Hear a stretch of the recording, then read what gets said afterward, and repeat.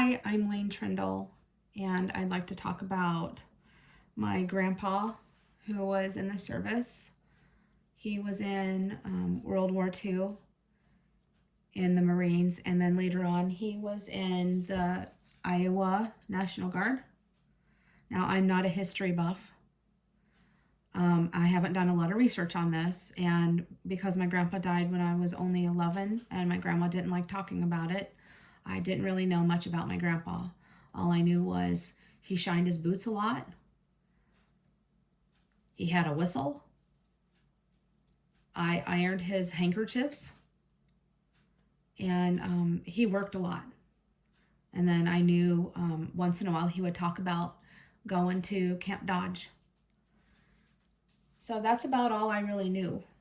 And I came across this letter.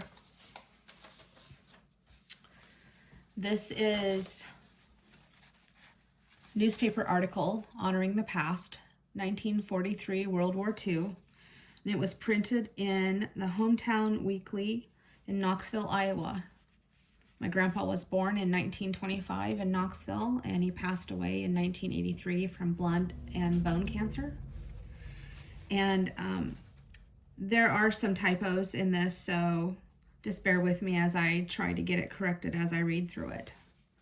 This is a letter that my grandpa wrote home to his dad. And the heading is Local Marine Rights of Kiska Landing Force. Private Richard Kerr tells father of Alaskan experience. Private First Class Richard M. Kerr of the U.S. Marine Corps writes the following letter to his father, John J. Kerr of Knoxville. Well, here I am, back in the States again, but for how long, I don't know. We docked yesterday evening at San Diego and were brought out to Linda Vista by truck. Linda Vista is about 1.5 miles from the main camp, Elliott, at the Marine base.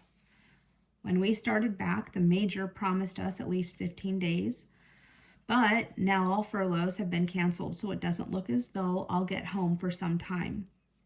We just cross our fingers and hope. We certainly had an experience while we were gone. You probably read about the taking of Kiska in the papers.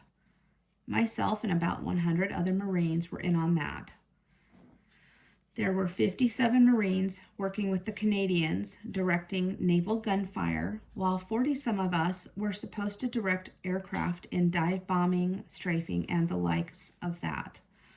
I'll try and give you an idea of my actions since I left the States. We boarded ship the 28th and set out in the harbor at Frisco a couple of days before shoving off. We were at sea exactly 7 days before sighting land, and that was just an island in the Aleutians that had been garrisoned. We were on that island a week, getting located with our battalion. When we boarded ship and were on board a day before making a landing on Kiska, I won't say how much gear we had to carry because you wouldn't believe me. It was a heck of a lot, about 150 pounds all told.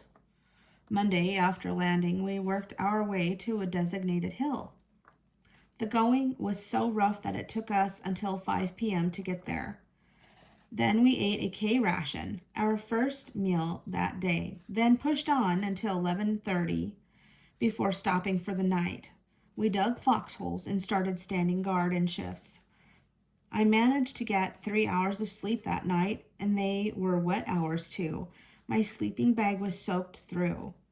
Tuesday morning, we set up the radio and maintained communication till about 3 p.m., and then received orders to return to the beach.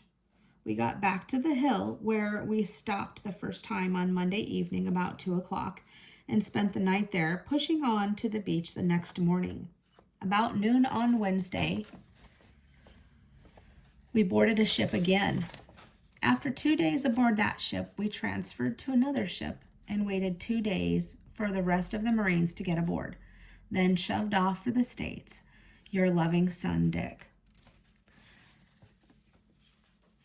Now, I did look into this taking of Kiska, and if you're watching this and you are a history buff, you know that the taking of Kiska wasn't what it was supposed to be. At least that's what we were told. But I'll let you look that up yourself. So this was my grandpa and grandma. Her name was Patty Lou Brown before she got married. And this is my grandma and grandpa, most likely going to attend an event together.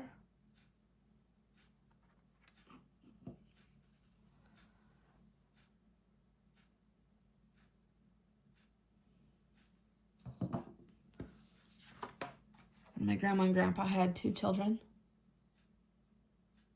That would be my mom. Right here. This is my uncle.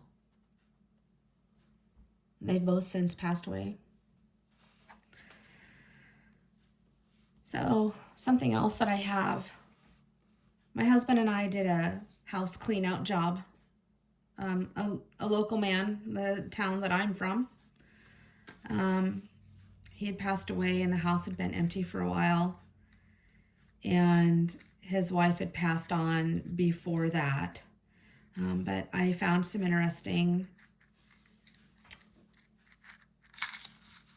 ration coins. And, you know, even though this man wasn't a relative of mine, this is our history.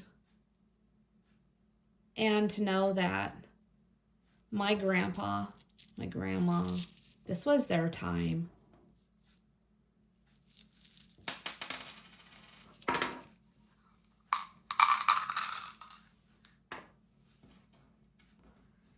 And one other thing, I don't know if this was my grandpa's. I don't know what year he got out of the Marines. I don't know what year he joined the National Guard. I know he was able to retire, but that was only about a year before he passed away. But I have this. Now, it doesn't have who this was issued to, and the form is dated September 1st, 1961. This could have also very well been something my dad had. My dad went to basic training, and that was all he did. He hurt his knee and blew out his knee, and he wasn't able to stay in the service. But you see this is not my grandpa, Richard Ward.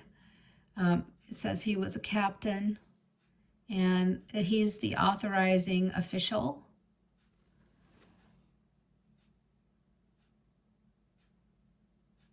So I don't know. I know when you look in history in 1961 that there were events going on as far as the military was concerned, which I'll let you do your own research on that also. But I don't know how this came into my existence. I don't know if it was in my grandpa's belongings or if it was something that was my dad's.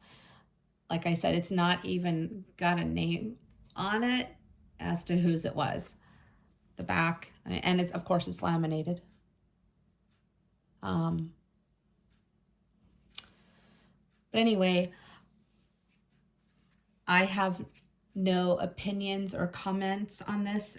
History is very interesting to me, especially in this aspect of my grandpa being in World War II in the Marines and then in the National Guard. What I do know that I never heard about was he was on a ship that got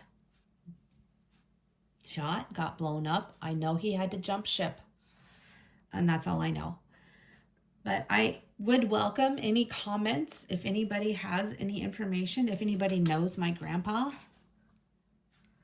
and would like to share any information with me.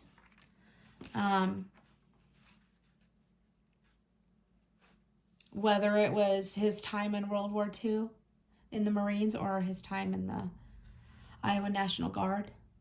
I'd certainly welcome your comments. Thanks for watching.